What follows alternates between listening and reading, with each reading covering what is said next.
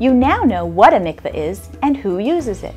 Let us now explain a bit more about the when, the how, and finally the why for the use of mikvah by married women.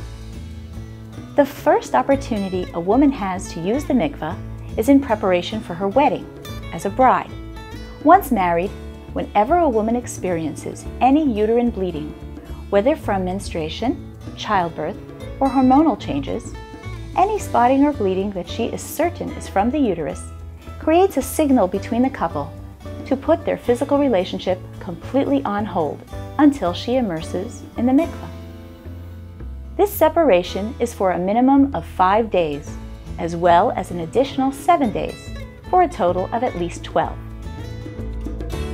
Halacha requires a 5-day minimum to be maintained, even if she bleeds for fewer days. For women whose menstrual period lasts longer, the separation will be a couple of days longer.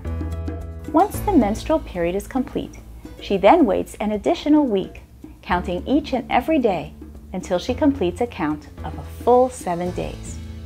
This week of waiting is a count of preparatory days, 7 full days free of any uterine bleeding in preparation for the mikvah immersion.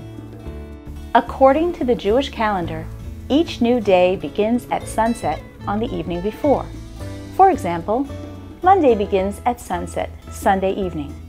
Tuesday begins at sunset on Monday evening, and so on.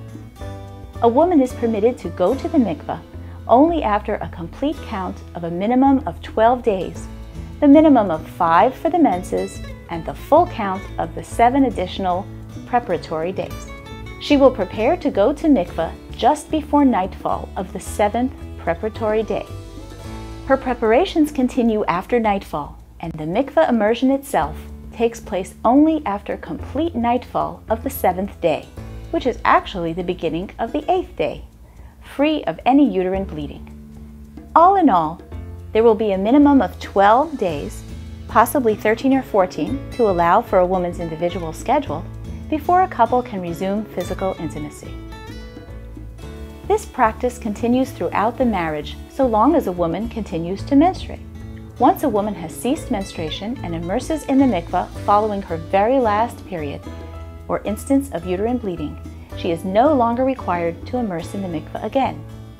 For married women who have not kept the laws of mikvah, it is never too late to do so.